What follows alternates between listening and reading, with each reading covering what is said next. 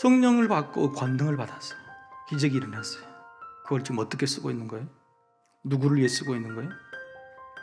주신 선물, 십자가, 성령님 모두 다 목적이 뭐냐면 예수님이 영화롭게 되는 거예요.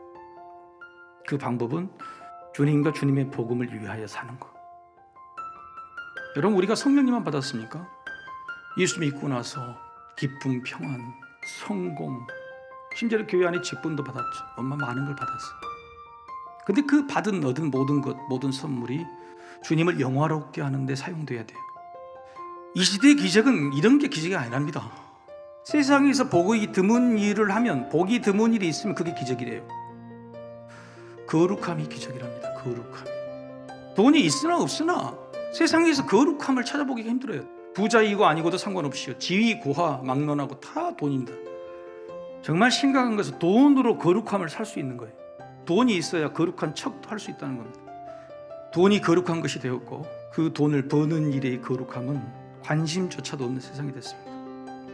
그런데요, 우리는 돈을 버는 것을 나쁘다는 게, 돈을 벌고 나서 거룩함을 따질 때 뭘 따지냐면 돈을 쓰는데 거룩함을 따져요. 근데 그래가지고는 세상은 변하지 않습니다.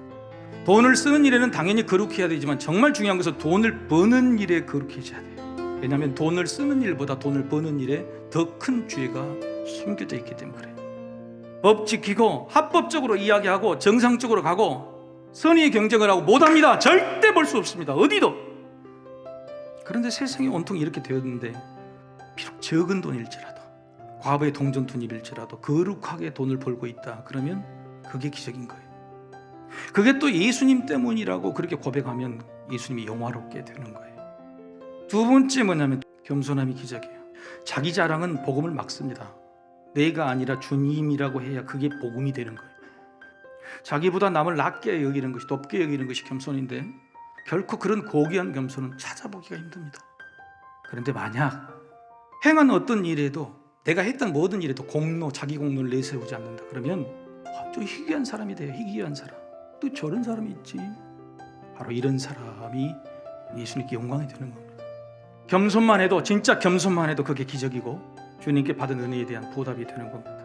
베드로, 요한이 이렇게 거룩하고 겸손한 모습으로 받은 은혜 권능을 보답했어요. 그리고 나서 어떻게 변했습니까?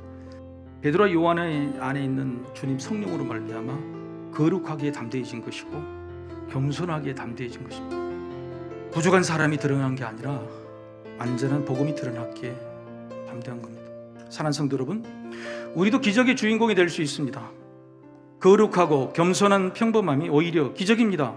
평범한 기적으로도 주님을 영화롭게 할 수 있습니다. 성령이 주신 은사보다도 성품이 훨씬 귀한, 희귀한 것이 되었어요. 더 능력이고 그게 기적이에요. 성령이 주신 성품, 거룩함과 겸손함.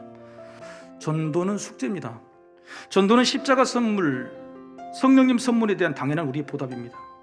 하지만 전도 어렵죠. 전도왕이 되기는 더더욱 어렵습니다. 전도왕은 아닐지라도 삶의 거룩과 겸손이라는 평범한 기적으로 주님을 영화롭게 한다면 적어도 저 하늘에서는 우리가 칭찬왕이 될 줄로 믿습니다.